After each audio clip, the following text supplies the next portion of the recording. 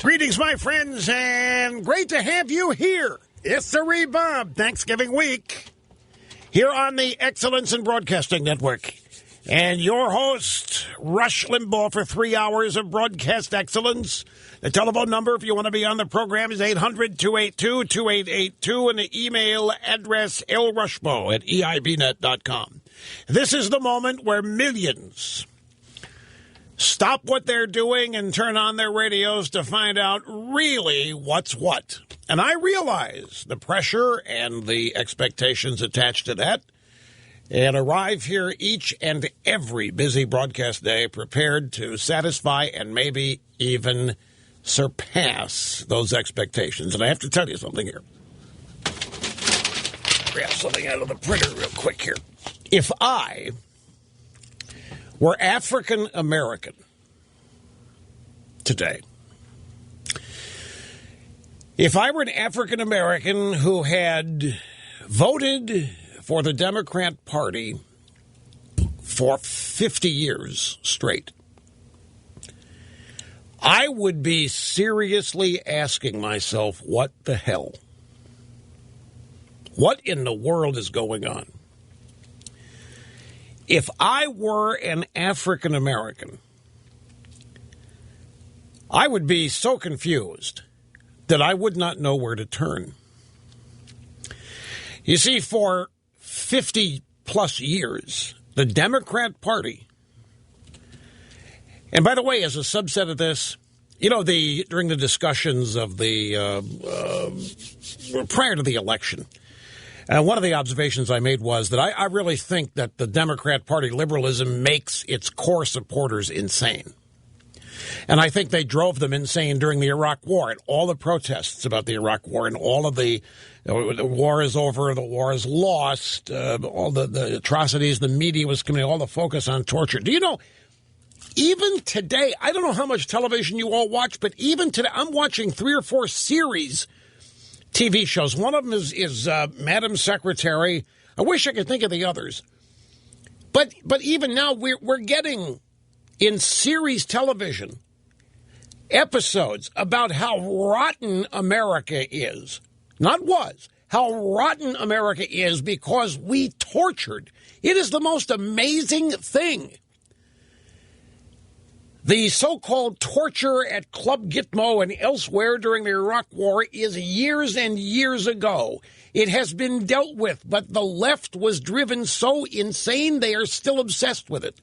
And they're obsessed with it to the point that to them it means this country is really bad. This country has so many things it's done that we have to pay for. It's uncanny. I really do think liberalism and the Democrat Party drive their supporters insane. They create constant rage, constant outrage, constant hatred. Every day is chaos. Every day is confrontation. Every day is crisis. Every day is somebody in power is coming along to destroy you. Every day the country sucks. Every day the country is decrepit. Every day. And after not too long a time, I guarantee you to people who follow this stuff closely, and I'm talking about leftist politico types, I think they are so filled with rage and hatred that it bubbles over into, could be, clinical insanity. Because there is total irrationality all over the place. It's almost as though, I'll give you an example, by the way, here of what I'm talking about in advance. On CNN this morning, a little after 5 a.m., there was a reporterette wringing her hands in utter and total confusion over why the district attorney in St. Louis couldn't just tell a grand jury to go to hell and file charges anyway, because she felt that was the thing that should have been done. Never mind the law. Never mind her ignorance of the law. All that mattered was how she felt about it. And I think one of the things that's happening as we try to analyze the slow deterioration of our culture, which includes a deterioration of knowledge and understanding of the Constitution, of the rule of law. What has happened, what's replacing that education, that understanding, is this belief that feelings equal common sense. So that if I feel like the DA could have just ignored the grand jury, then that makes perfect sense. It's common sense. Why didn't he do it? I feel like that should have happened. I would feel better if he would have done that. I would feel better if I got my way. And feelings. Pay attention, folks, when you watch television, and watch, I don't care what it is. It's aftermath of a football game or baseball game. What are you feeling right now? What are your emotions? How does this feel after they've just won the World Series? How do you think it's going to feel? Nobody, but even in news, nobody's asked what they think anymore. Everybody's asked what they feel, and nobody tells you what they think. They always tell you what you feel or what they feel, and their feelings have become common sense, and the left has toyed with people's feelings. The Democrat Party has ratcheted up those feelings and created a constant anger, disproportionate to reality. There's an irrationality about it all. You can't talk sense to some of these people. They're simply outraged all the time, angry, they want to be mad. That's the mode of operation. That's the mode of existence, which then transfers itself to everybody's a victim of something, and the victim of a faceless, mean-spirited extremist majority and or country that has them constantly in battle, constantly pitched in battle against, in some cases, imaginary forces.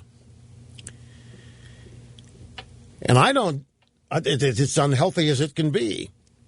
And we see how it manifests itself so often, not just last night in Ferguson. We see it all the time, how this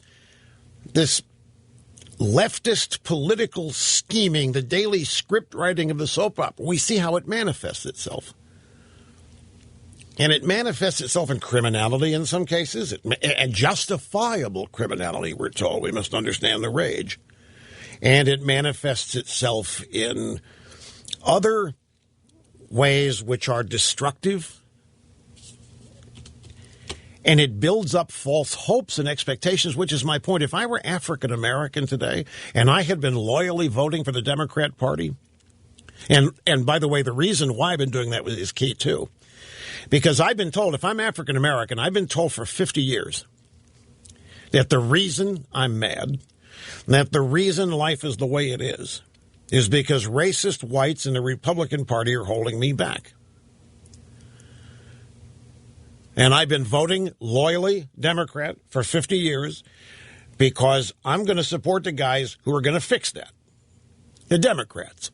I'm going to vote for the guys that understand my plight. I'm going to vote for the guys that understand what the Republicans have done to me. I'm going to vote for the guys that are going to fix it. For 50 years, I've been voting for the guys that are going to fix it.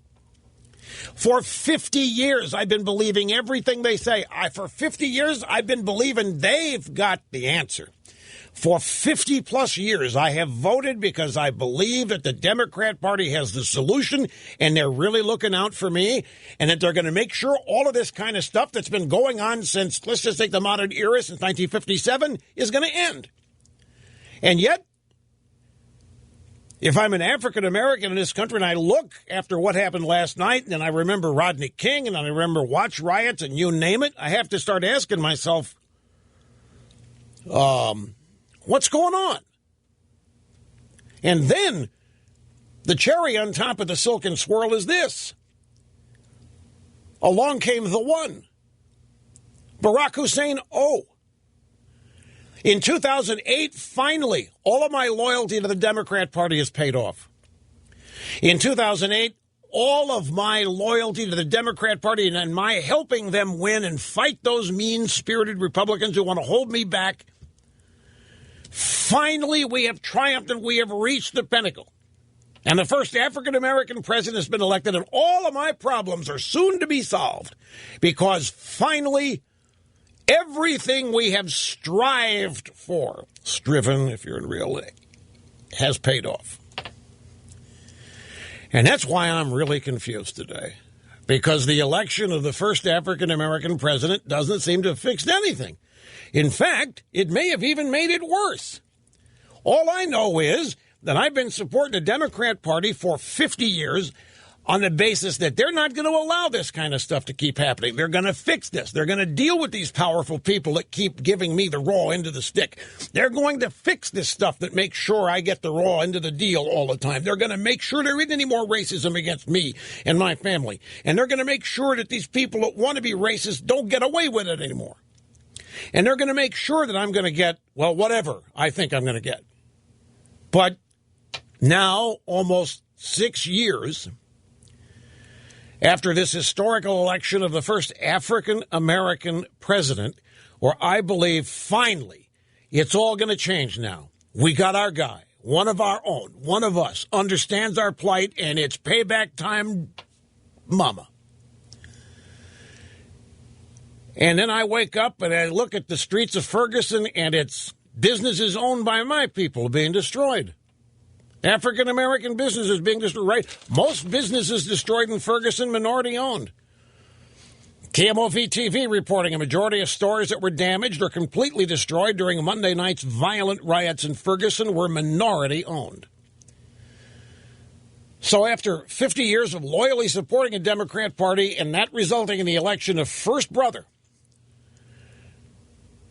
Barack Hussein, all my problems solved, all my loyalty paid off, finally payback time, whatever. It's going to end, and whatever I've been mad about for all these years is going to be over. We're going to fix it. And then 6 years into it, and it's worse, and I'm confused.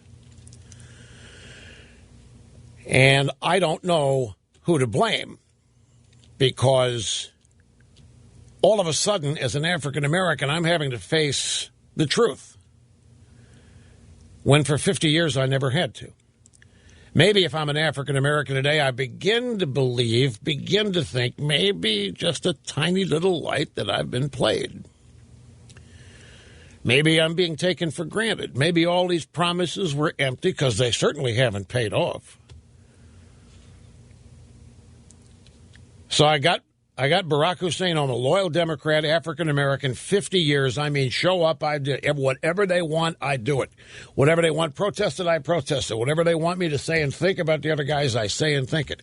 We got our guy in there, Barack Hussein Obama. We got 6 years, and nothing changes. And now I, as an African-American, loyal Democrat for 50 years, begin to wonder, well, maybe... Well, what is keeping me back? Well, we got first black president. We got black mayors all over the place. We got Congressional Black Caucus. We got Al Sharpton. We got Jesse Jackson. We got the new Black Panthers. We got everything. We got power after power. We got all kinds of stuff. And yet, no better for me. Nothing seems to have changed here. Whoever's keeping me back still doing it, but I don't know who it is now anymore. But it doesn't seem to be the guys I've been told it was.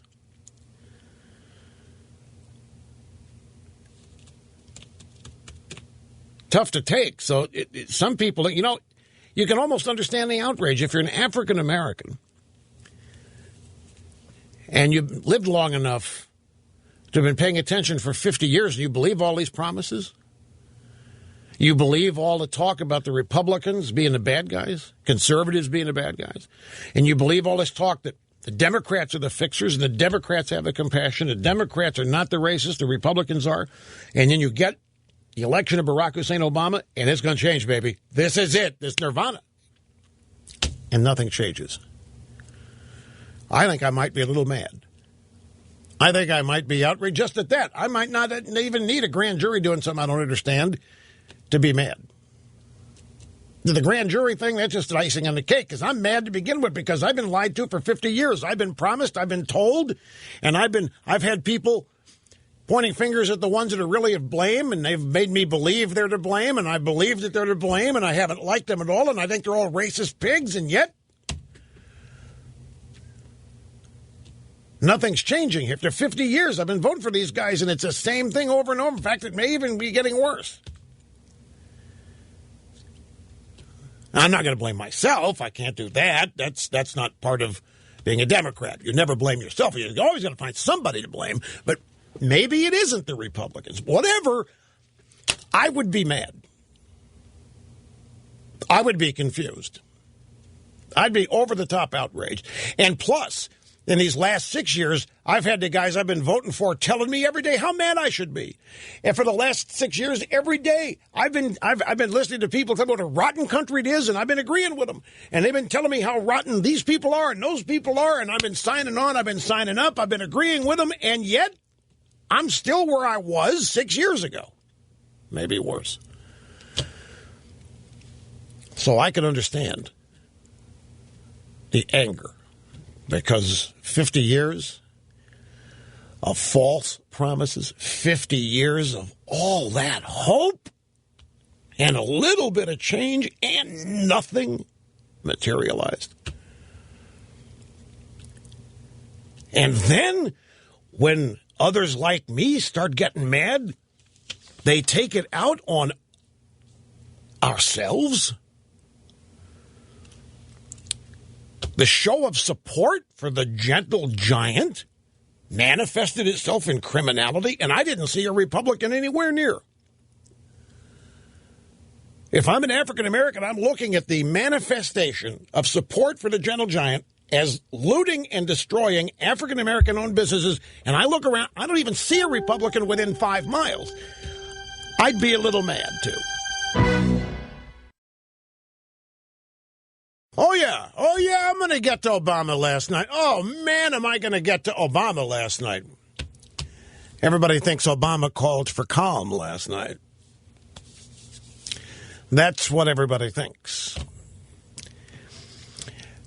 I think there'll be riots tonight. I don't know.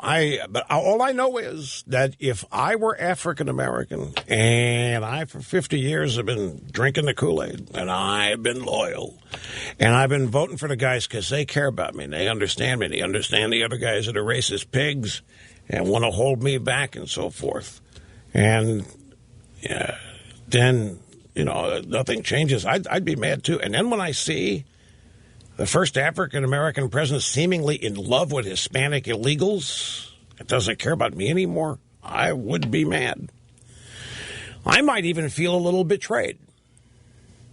I might. I don't know. But it's clear that the first African-American president really, really, really cares about Hispanic illegal immigrants. Really does. He really does. And remember, as a African-American voting loyal Democrat for 50 years, imagine what my expectations were when we finally got our guy in office. I thought a lot of magic was going to happen. We had a lot of ills that were going to get fixed, are going to get erased. We're expecting a lot of punishment. To a lot of people that had done us wrong over 50 years, Obama was going to fix that. We're going to get rid, and we're going to get even. We're going to level the playing field, and none of that's happened.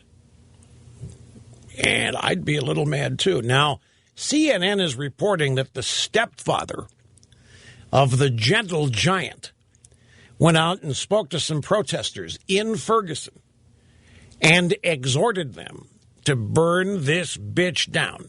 That's what CNN is reporting. I'd be mad, too, folks.